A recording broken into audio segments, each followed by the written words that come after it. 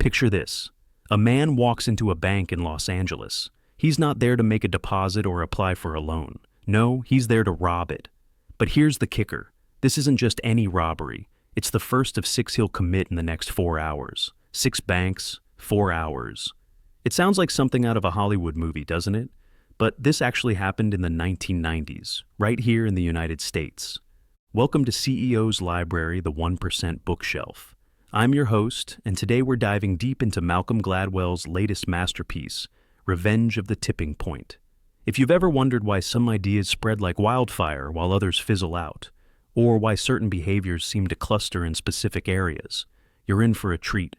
Gladwell, known for his uncanny ability to uncover the hidden patterns that shape our world, takes us on a journey through the underbelly of social epidemics. He's not just talking about viral videos or the latest dance craze. No, he's exploring something far more profound and, at times, unsettling. In the next 13 minutes, we'll unpack the forensic investigation Gladwell conducts into how ideas, behaviors, and trends really spread through society. We'll explore the hidden rules governing these social contagions, and trust me, what you're about to learn will change the way you see the world around you. But before we dive in, let me remind you that you can find the full transcript of this episode, along with some fascinating visualizations, at ceoslibrary.com. And if you want to get your hands on Gladwell's book, which I highly recommend, you'll find an Amazon link in the episode description. Now, let's start with that bank robber I mentioned earlier. His name was William Vance, and his 4-hour crime spree was just the tip of the iceberg in what became known as the Los Angeles bank robbery epidemic of the 1990s. Imagine this. It's 1992, and Los Angeles has just become the bank robbery capital of the world. In that year alone, there were 2,641 bank robberies in the LA area. That's 10 times more than New York City, and 20 times more than Miami. But here's the puzzling part. Why LA? What made this city such a hotbed for bank robberies when other major cities with similar conditions weren't experiencing the same problem? This is where Gladwell's investigation gets interesting. He introduces us to 2 key players in this epidemic: Eddie Gomez, known as Casper, and his partner, Lorenzo Vallejo, nicknamed Sea Dog. These 2 weren't just run-of-the-mill criminals. They were what Gladwell calls superspreaders. Individuals who have an outsized influence on the spread of a behavior or idea. Casper and Sea Dog didn't just rob banks. They turned bank robbery into an art form. They were fast, efficient, and most importantly, they were successful. Their methods spread through the criminal underworld of LA like a virus. Other criminals saw their success and thought, if they can do it, why can't I? But here's the fascinating part. This epidemic remained largely confined to Los Angeles. Despite similar economic conditions, police presence, and bank security measures in other major cities, the bank robbery fever didn't spread beyond LA's borders. This localization of the epidemic is a key theme in Gladwell's book, and it challenges our assumptions about how social contagions work. So, what can we learn from this? First, it highlights the power of influential individuals in sparking social epidemics. Casper and Sea Dog weren't just participants in the bank robbery trend, they were catalysts. Their actions had a ripple effect that far exceeded their individual crimes. Secondly, it underscores the importance of local context. Something about the environment in Los Angeles, perhaps the layout of the city, the specific dynamics of its criminal networks, or even subtle cultural factors, made it particularly fertile ground for this epidemic to take root and flourish. For business leaders and entrepreneurs, this has profound implications. It suggests that when trying to spread a new idea or product, identifying and leveraging key influencers within specific communities can be far more effective than broad, unfocused marketing efforts. It also highlights the need to understand and adapt to local contexts, rather than assuming a one-size-fits-all approach will work everywhere. But the story doesn't end with bank robberies. Gladwell takes us on a journey through various fields, showing how these principles of social contagion apply in unexpected ways. Let's shift gears and look at another fascinating case study: the world of healthcare. Imagine you're living in a small town in Vermont. You've been having some back pain, and your doctor recommends surgery. Now, if you live just 10 miles down the road in a neighboring town, you might be 3 times less likely to get that same recommendation. How is this possible? Aren't medical decisions based on objective criteria and established best practices? This puzzling phenomenon was first uncovered by a researcher named John Wenberg in the 1970s. Wenberg discovered what he called small area variation in healthcare practices. He found that the likelihood of undergoing various medical procedures could vary dramatically from one town to the next, even when the populations were similar in terms of health and demographics. For example, in one study, Wenberg found that the rate of tonsillectomies among children in one Vermont town was 70%. Just a short distance away, in a similar town, the rate was only 20%. These variations couldn't be explained by differences in the health of the populations or by economic factors. So, what was going on? Gladwell argues that these variations are another example of how social contagions can be localized. In this case, the contagion is a particular medical approach or philosophy. Doctors in a given area tend to influence each other's practices. If a respected physician in a town favors a certain treatment approach, that approach is likely to spread among other doctors in the area. This isn't necessarily due to conscious decision-making. Often these practices spread through a kind of osmosis, doctors picking up on the norms and expectations of their local medical community without even realizing it. The implications of this are staggering. It suggests that where you live could have a significant impact on the type of medical care you receive.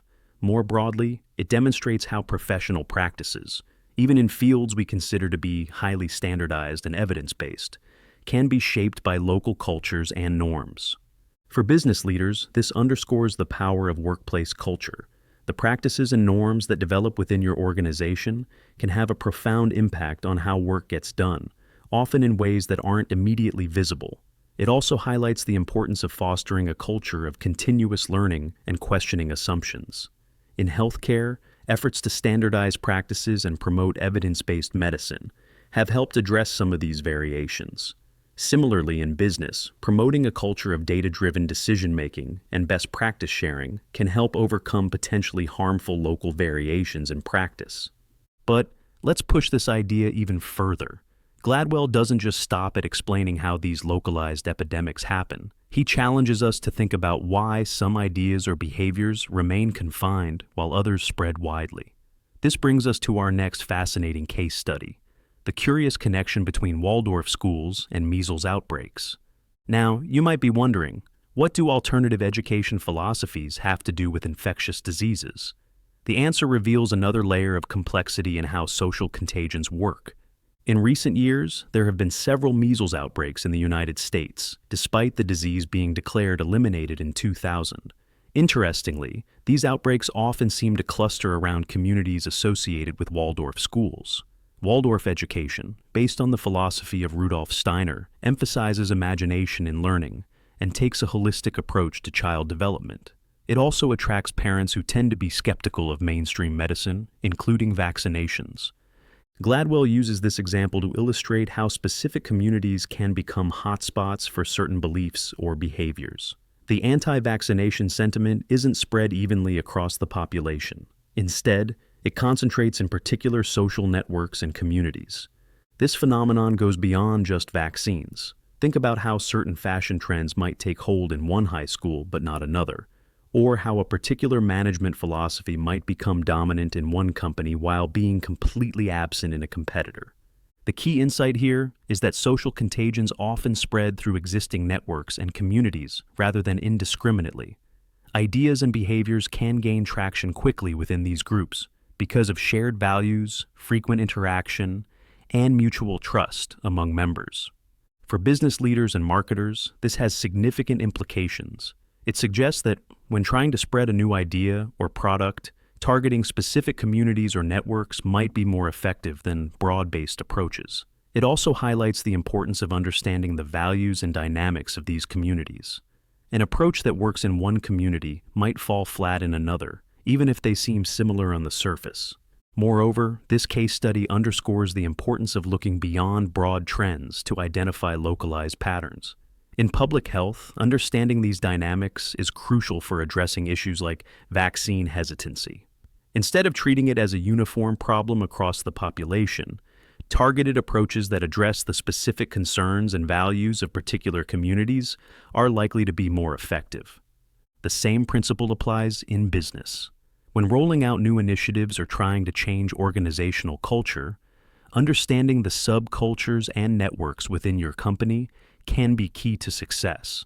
You might need different approaches for different departments or teams based on their unique dynamics and existing norms.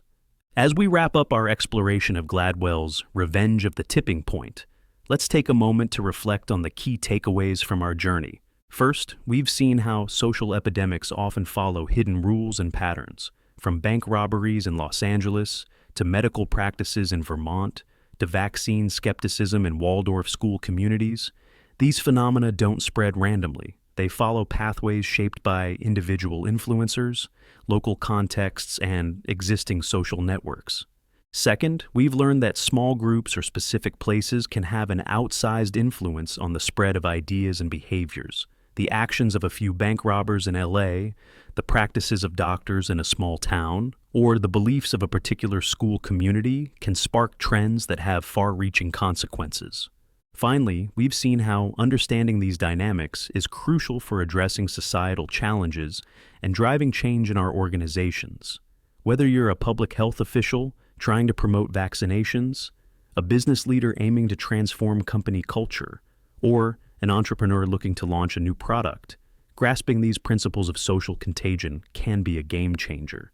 So, what can you do with this knowledge? I challenge you to start looking for these patterns in your own communities and fields.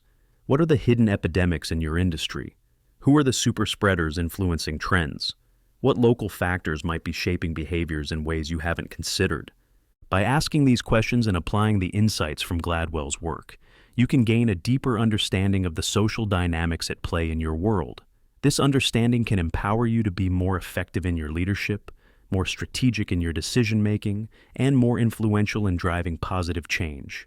Remember, the full transcript of this episode, along with some fascinating visualizations, is available at ceoslibrary.com. And if you want to dive deeper into Gladwell's insights, you can find a link to Purchase Revenge of the Tipping Point in the episode description.